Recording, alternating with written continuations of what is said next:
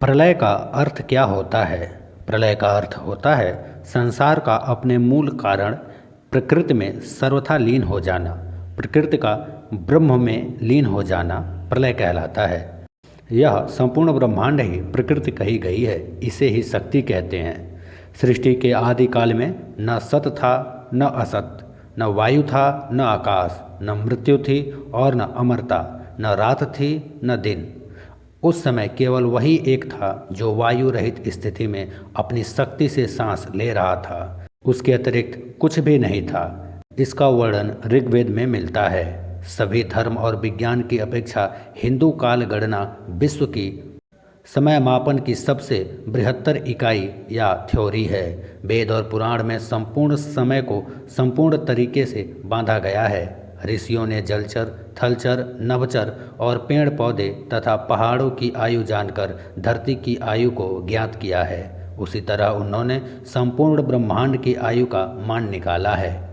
वेद अनुसार प्रत्येक वस्तु और व्यक्ति की सांसें निर्धारित हैं। जब तक श्वास चलेगी तब तक ही कोई वस्तु या व्यक्ति जिंदा रहेगा। वेद अनुसार जिंदा व्यक्ति ही नहीं बल्कि संपूर्ण ब्रह्मांड श्वास ले रहा है, तभी तो चलायमान है। वायु ही है सभी की आयु। पेड़ पौधे, जल और जंगल सभी श्वास ले रहे हैं। जो जन्मा है वह मरेगा। पेड़ पौधे, प्राणी, मनुष्य, पितर और देवताओं की आयु भी निर्धारित है। उसी तरह समूचे ब्रह्मांड की भी आयु निर्धारित है। इस धरती, सूर्य, चंद्र सभी की आयु निर्धारित है। छोटी मोटी प्रलय और उत्पत्ति तो चलती ही रहती है, किंतु जब महाप्रलय होता है तो संपूर्ण ब्रह्मांड वायु की शक्ति से एक ही जगह खिंचाकर एकत्रित हो भस्मीभूत हो जाता है। तब प्रकृति अणु वाली हो जाती है, अर्थात सूक्ष्मति सूक्ष्म अणु रूप में बदल जाती है। जो श्वास से आरंभ होता है, यानी कि जो प्राण से आरंभ होता है, यथार्थ कहलाता है, और वह जो त्रुटि से आरंभ होता है अवास्तविक कहलाता है। 6 श्वास से एक विनाड़ी बनती है, 60 श्वासों से एक नाड़ी बनती है और 60 नाड़ियों से एक दिवस बनता है। 30 दिवसों से एक महीना बनता है। एक नागरिक मास सूर्योदयों की संख्याओं के बराबर होता है।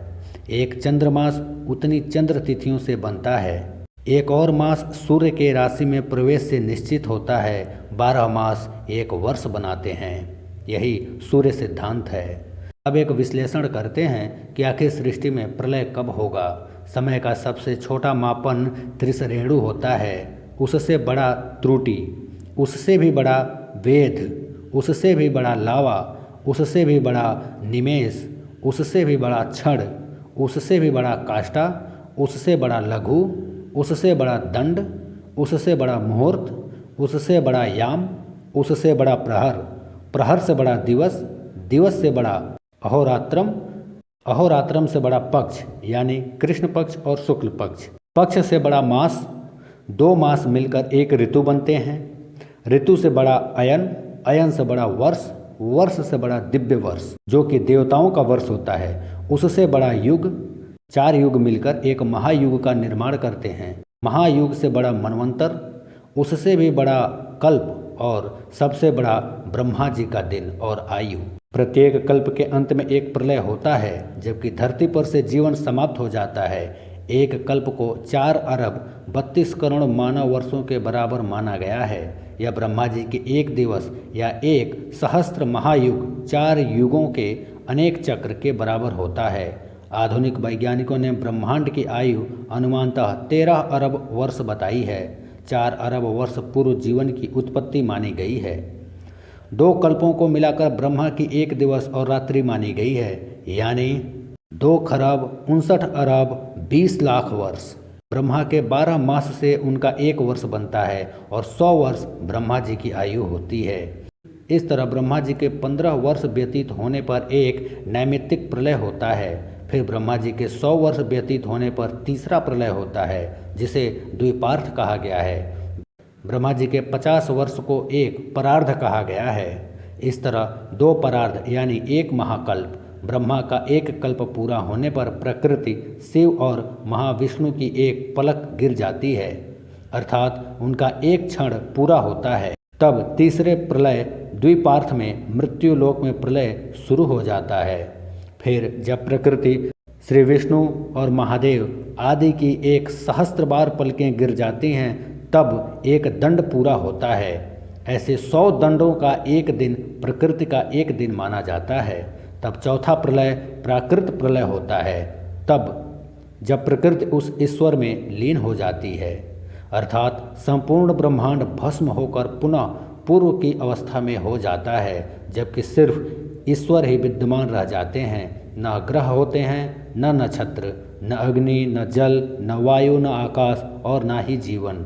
अनंत काल के बाद पुनः सृष्टि प्रारंभ होती है। इसे इस तरह भी समझा जा सकता है कि मनुष्य का एक माह पितरों का एक दिन रात होता है, मनुष्य का एक वर्ष देवता का एक दिन रात होता है, मनुष्य के 30 वर्ष देवता का एक महीना होता है और मनुष्य के 360 वर्ष देवताओं का एक वर्ष होता है।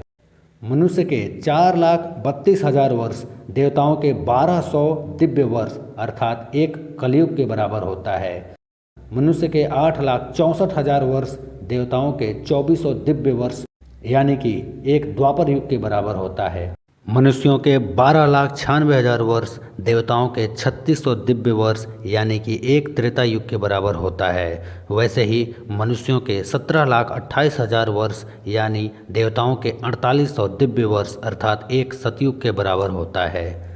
इन सब का कुल योग मानव के 43,20,000 वर्ष यानी 12,000 दिव्य वर्ष अर्थात एक महायुग या एक चतुर्युगी चक्र के बराबर होता है।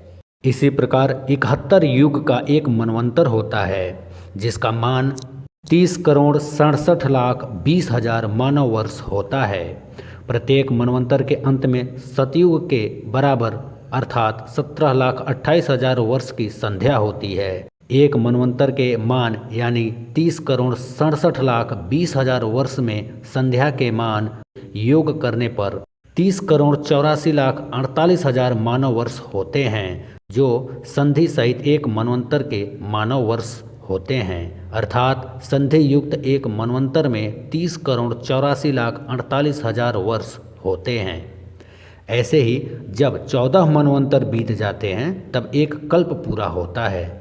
यही एक कल्प ब्रह्मा जी के एक दिन के बराबर होता है। दोस्तों, प्रलय तो आते हैं, हमने प्रलय का नाम कई बार सुना है, लेकिन क्या आप जानते हैं प्रलय कितने प्रकार के होते हैं? दोस्तों, प्रलय मुख्यतः 4 प्रकार के होते हैं। पहला, किसी भी धरती पर से जीवन का समाप्त हो जाना, और दूसरा धरती का नष्ट होकर भस्म हो जाना, और तीसरा सूर्य सहित ग्रह नक्षत्रों का नष्ट होकर भस्मीभूत हो जाना, और चौथा भस्म का ब्रह्मा जी में लीन हो जाना अर्थात फिर भस्म भी नहीं रहे, पुनः शून्यावस्था में हो जाना। हिंदू शास्त्रों में मूल रूप से प्रलय के 4 प्रकार बताए गए हैं। पहला नित्य, दूसरा नैमित्तिक, तीसरा द्विपार्थ और चौथा प्राकृत। एक अन्य पौराणिक गणना के अनुसार यह क्रम नित्य, नैमित्तिक, आत्यंतिक और प्राकृतिक प्रलय होता है। वेदांत के अनुसार जीवों की नित्य होती रहने वाली मृत्यु को नित्य प्रलय कहते हैं। जो जन्म लेते हैं उनकी प्रतिदिन की मृत्यु अर्थात प्रतिपल सृष्टि में जन्म और मृत्यु का चक्र चलता रहता है। दूसरा होता है आत्यंतिक प्रलय।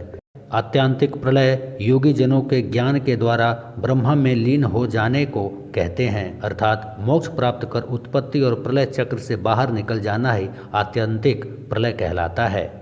तीसरा होता है नैमित्तिक प्रलय। वेदांत के अनुसार प्रत्येक कल्प के अंत में होने वाला तीनों लोकों का क्षय या पूर्ण विनाश हो जाना नैमित्तिक प्रलय कहलाता है। पुराणों के अनुसार जब ब्रह्मा जी का एक दिन समाप्त होता है तब विश्व का नाश हो जाता है। एक कल्प को ब्रह्मा जी का एक दिन माना जाता है। इसी प्रलय में धरती या अन्य ग्रहों से जीवन नष्ट हो जाता है। नैमित्तिक प्रलय काल के दौरान कल्प के अंत में आकाश से सूर्य की आग बरसती है। इनकी भयंकर तपन से संपूर्ण जल राशि सूख जाती है। समस्त जगत जलकर नष्ट हो जाता है। इसके बाद संवर्तक नाम का मेघ अन्य मेघों के साथ 100 वर्षों तक बारिश करता है। वायु अत्यंत तेज गति से 100 वर्ष तक लगातार चलती रहती है। चौथा होता है प्राकृत प्रलय।